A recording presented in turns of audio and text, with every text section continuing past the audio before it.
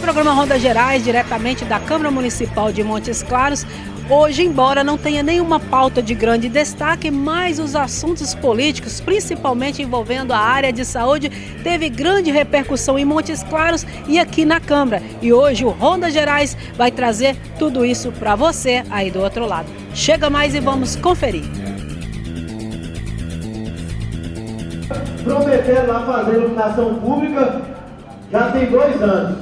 Aí beleza, começou lá, pedimos para fazer a cabina, prometeu colocar as máquinas lá, até hoje não colocou as máquinas lá no bairro Interlagos para limpar. Então eu creio aí, o prefeito pode estar aí sendo prejudicado por secretários que possivelmente tem alguma coisa a ver, alguma rejeição com aquela região, porque não tem outra, a gente não pensa outra coisa, porque inicia uma obra de asfalto e para.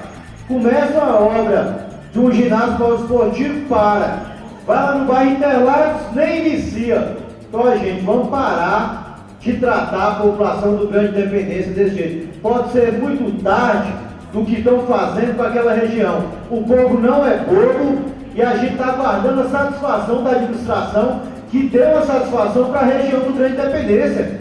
Não dá para ficar de jeito mais não, Marcos Ney. Nós não podemos aceitar. Sou parceiro da administração, mas não sou bobo e estou aqui para defender a população que me elegeu. O povo do Grande Independência não suporta mais essa enrolação que está acontecendo por parte da administração. Nós esperamos que a gente tenha uma resposta o mais rápido possível para dar para aquela população lá. A gente acredita nessa administração, tanto é que nós apoiamos, mas nós não vamos deixar nos calar aqui por conta dessa negligência que está acontecendo por parte da administração. A política de saúde tem que ser a partidária, não tem que ter partido não. Nós temos que botar aquele hospital para funcionar, é um desperdício. Nós estamos vendo aí na Santa Casa, os hospitais, mas estão cheios. Nós não podemos concordar com isso. E cabe à população, cabe a nós, cabe a esta casa. Bem, estou aqui com o vereador Fernandão, que vai falar sobre o Código de Vigilância de Saúde. Explica para a gente o que vem a ser isso. O Código de Vigilância ele vai dar diretrizes normativas para que o município possa atuar, para que as entidades que prestam serviço com saúde possam atuar, possam ter seus paradigmas, suas normas, enfim. Hoje o que acontece? Montes Claros segue um código estadual de saúde, de vigilância e saúde. E aí o executivo mandou para essa casa um código onde Montes Claros vai nortear, o município vai nortear seus atendimentos, seja farmacológico, seja hospitais, seja em qualquer lugar que consome, que mexe, que trata de saúde, seja humana, seja animal. Então, esse código está sendo repassado mais uma vez por essa casa, pela Câmara Municipal, onde na última terça-feira fizemos uma audiência pública e ainda ficou algumas dúvidas, ficou algumas discussões a serem feitas e vamos fazer nessa quarta-feira agora, às 15 horas, junto com os vereadores da Câmara Municipal de Montes Claros, para que tentamos chegar a um denominador comum, entendendo que esse código é de relevância para o município. Tem alguns pontos que cria dúvidas, por exemplo, as pessoas estão colocando dúvida, Montes Claros não está com a gestão plena, mas a gente precisa direcionar, porque amanhã ou depois, se a gestão plena voltar para a nossa cidade, voltar para Montes Claros, voltar para a administração municipal, já vai estar incluído no Código de Vigilância. E outro problema também, alguns recursos hoje são sim passados pelo município. Então a gente quer chegar no norte comum para que a população não seja prejudicada. E eu tenho certeza, eu tenho convicção de que Montes Claros precisa ter seu código próprio. Por falar em saúde, como é que você vê essa questão da saúde em Montes Claros, principalmente envolvendo aí essa operação Desiderata, essa polêmica toda? Qual a sua visão, sua opinião sobre esse assunto? A minha opinião, não só como comissão de saúde, mas como pessoa que trabalha na saúde, eu acho que a gente tem que levar as investigações mais sérias, a gente tem que fazer com que essas investigações ela seja apurada. Nós chegamos no caso do DPVAT, infelizmente eu não vejo falar mais nada. Nós vimos falar dos casos dos Stender, a gente não vê falar mais nada. A gente não pode deixar que quem não é culpado seja punido, mas punir sim quem são os culpados verdadeiros. E tem um problema maior ainda hoje: o extrateto não é repassado para o município, não é repassado para os hospitais. Fica difícil, fica quase impossível uma cidade do tamanho de Montes Claros, os hospitais fazer um atendimento sem receber do governo estadual, do governo federal, o extrateto. Então a gente precisa sim culpar os culpados, inocentar os inocentes e fazer uma coisa muito bacana para que a população possa saber de fato o que está acontecendo. Infelizmente a saúde está um caos em todo o Brasil. Você acha que o Hospital das Clínicas ele fica um pouco prejudicado e poderia estar ajudando na saúde em relação à população montes-clarense e norte-mineira? Essa discussão, ela retrata sim, não só o Hospital das Clínicas, mas todos os hospitais de Montes Claros. Prejudica todos os hospitais. Eu acho que a gente tem que sim melhorar os atendimentos, nós temos que sim ampliar os atendimentos, dar chance para quem quer atender de atender, fiscalizar quem não está atendendo, punir quem não está atendendo, mas dar condição para quem quer atender, dar credibilidade a quem quer atender, a quem precisa atender. E isso, eu repito mais uma vez, o extrateto é importantíssimo. O que é o extrateto? O extrateto é tudo aquilo que o hospital produz a mais e não recebe de ninguém. Bem, eu estou aqui com Valci da Democa, vereador de Montes Claros. E por que o Dia Municipal Rotariano? O que eu percebi? O Rotary, ele está nas grandes cidades, nas pequenas cidades, e o Rotary é formado de pessoas que querem o bem. Aquelas pessoas que pegam na massa, vamos dizer assim, para fazer a diferença. Não fica esperando alguém fazer alguma coisa. Então, percebendo que nesse ano completa 111 anos de Rotary no nosso país, a gente ainda não tinha um dia municipal para que pudesse comemorar esse dia no nosso município. Então, o que acontece? Tomamos a liberdade, ouvindo vários grupos, de criar um dia municipal, que vai ser dia 23 de fevereiro, se o projeto nosso for aprovado hoje nessa reunião. Com o objetivo de que a população possa conhecer o Rotary, a comunidade em si, na área de saúde, educação, possa trabalhar mais esse grupo. É um grupo de voluntários, um grupo que não traz despesa para o município, pelo contrário, só traz ganho, e que a gente possa valorizar esses voluntários que fazem tão bem para a nossa cidade e região. E que ajuda bastante no social, né? Isso, muito. Eu fui vítima da poliomielite. E graças ao Rotary, eu sou muito grato a eles, a um grupo de pessoas que começou uma comunicação falando da importância da vacina. Hoje no nosso país não existe mais, radicalizou a poliomielite. E enquanto outros países ainda têm essa doença tão grave que faz tantas pessoas com deficiência. Sou muito grato a esse trabalho. Você que é o porta-voz do prefeito de Montes Claros, né? Existem grandes demandas em relação a obras. A gente que percorrendo e faz entrevista com os ali. Hoje aqui vimos até falar o Fábio Neves envolvendo aí o descaso do Grande Independência. Como é que estão as obras? Gi, primeiro eu quero parabenizar o trabalho de vocês, tem acompanhado, a comunidade tem acompanhado. Então é importante demais esse jornalismo, onde que mostra as dificuldades dos quatro cantos, uma cidade gigante, com mais de 223 bairros e vilas, e que ficou 30, 40 anos aí sem obras.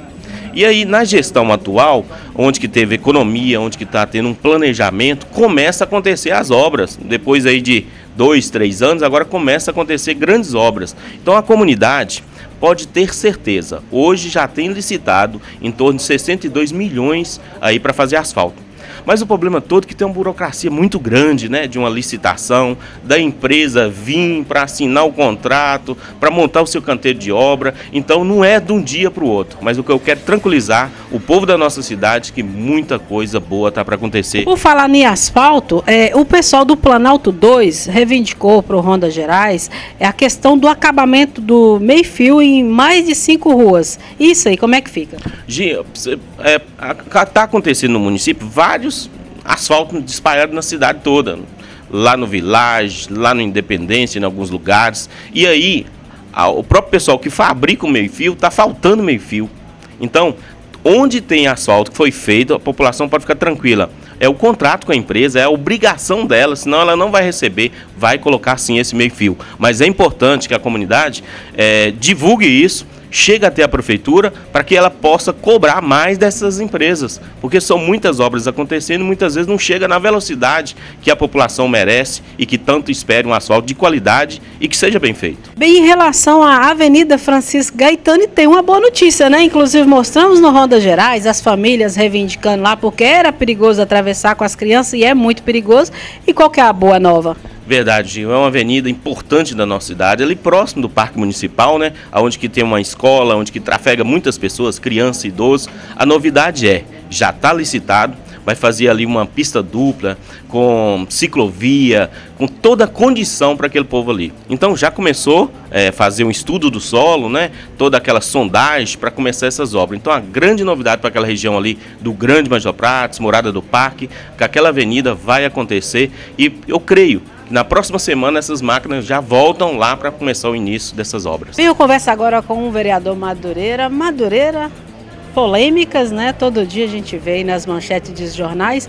E aquela questão que você levantou sobre a APAS agora vem à tona? Explica pra gente. Sim, na verdade a gente tem dito que o que acontece com a APAS, com a AMAS, com a Soebras, tudo isso faz parte de um esquema de uma organização criminosa comandada pelo prefeito e por sua família, onde eles utilizam dessas entidades para usufruir daquele patrimônio dessas instituições, como é um caso de uma denúncia que nós apresentamos hoje, que consideramos um fato grave de Caixa 2, porque já estão utilizando as aeronaves para fazerem pré-campanha nos municípios do Norte de Minas. Esse final de semana, né, nós recebemos vídeos e fotos do prefeito, a primeira-dama e alguns assessores em São João do Paraíso, em Salinas. Então, assim, essa instituição do Grupo Soebras, o que tem a ver a viagem deles para fazer discussão política com o trabalho da instituição? Então esse imbróglio, essa confusão é o que vem sempre acontecendo e que o Ministério Público agora ajuizou, tanto o federal quanto o estadual ajuizaram algumas ações que estão tentando corrigir isso. Na minha opinião, isso só vai acabar quando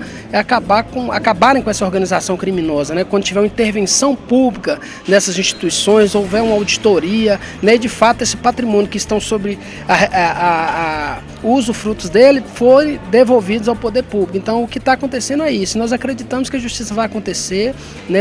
Mais cedo ou mais tarde, toda essa quadrilha será desbaratada e a gente vai então ter a clareza de tudo que eles fizeram durante todo esse tempo. Eu falo com propriedade sobre essas questões porque eu fui relator do processo que cancelou o registro da Soebras ainda em 2007. Naquela época, a denúncia, a representação feita por auditores do INSS, né, que hoje são auditores também da Receita Federal, eles comprovaram um desvio de aproximadamente 100 milhões, né, de reais, que seriam recursos devidos de impostos e que não foram pagos, dentre tantas outras denúncias apresentadas. Foram 34 itens de irregularidades constatados na instituição naquela oportunidade. Então tudo que a gente está vendo agora é por conta de que a justiça ainda não tomou uma decisão em relação a esse esquema que funciona e que o prefeito se beneficia dele e, apesar de aparentar como algo bom, né, que é o hospital, a gente consegue inclusive perceber na própria fala do prefeito a confusão que ele faz, porque oficialmente